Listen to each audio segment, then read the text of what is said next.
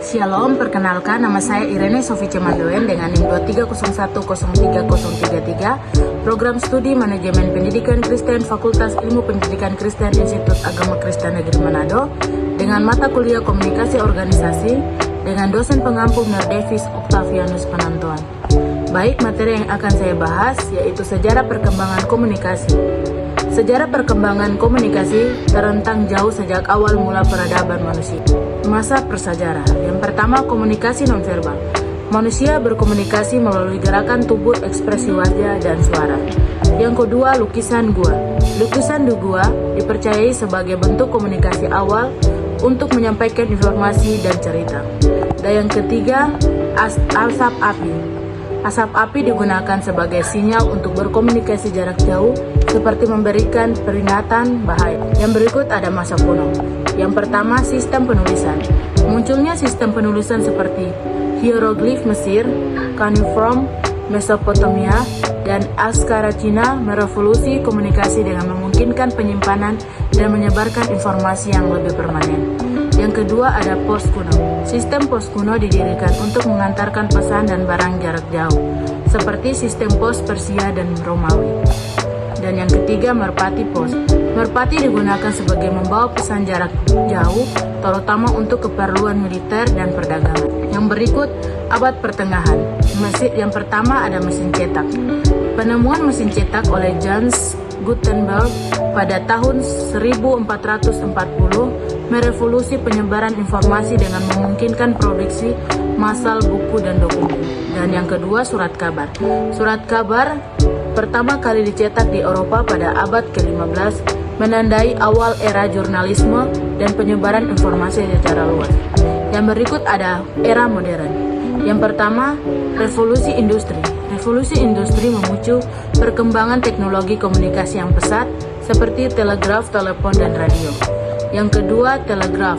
Penemuan telegraf oleh Samuel Morse pada tahun 1837 memungkinkan komunikasi jarak jauh secara instan melalui kode titik dan garis. Dan yang ketiga, telepon. Penemuan telepon oleh Alexander Graham Bell pada tahun 1876 merevolusi komunikasi suara jarak jauh. Dan yang keempat, radio. Penemuan radio oleh Guglielmo Marconi pada akhir abad ke-19 memungkinkan penyiaran suara dan informasi secara massal. Yang berikut abad ke-20. Televisi. Penemuan televisi pada awal abad ke-20 membawa revolusi dalam komunikasi visual dan hiburan. Dan yang kedua, satelit. Komunikasi peluncuran satelit komunikasi pertama pada tahun 1957 memungkinkan komunikasi global secara instan.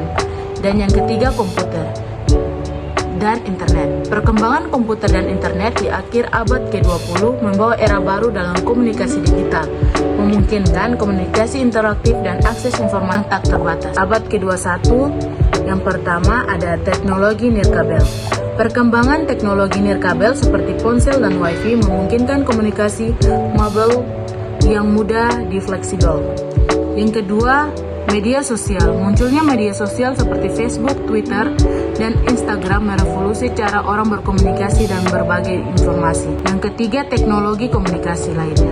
Perkembangan teknologi komunikasi terus berlanjut dengan munculnya teknologi baru seperti kecerdasan buatan, realitas virtual, dan argumen reality yang menjanjikan komunikasi yang lebih canggih dan interaktif di masa depan. Yang berikut ada dampak perkembangan komunikasi. Perkembangan komunikasi sepanjang sejarah telah membawa dampak yang signifikan bagi kehidupan manusia. Seperti yang pertama, meningkatkan konektivitas, dan yang kedua, mempercepat informasi, dan yang ketiga, mempermudah bisnis, yang keempat, mengubah budaya, dan yang berikut tantangan perkembangan komunikasi. Meskipun perkembangan komunikasi membawa banyak manfaat, terdapat juga beberapa tantangan yang perlu dihadapi seperti yang pertama, kesenjangan digital. Yang kedua, mesin informasi dan disinformasi. Dan yang ketiga, privasi dan keamanan. Jadi kesimpulan, sejarah perkembangan komunikasi yang menunjukkan kemajuan yang luar biasa dalam cara manusia berkomunikasi di masa depan. Teknologi komunikasi akan terus berkembang dan membawa perubahan baru dalam kehidupan manusia. Penting untuk memanfaatkan teknologi komunikasi dengan bijak dan bertanggung jawab untuk maksimalkan manfaat, minimalkan risikonya.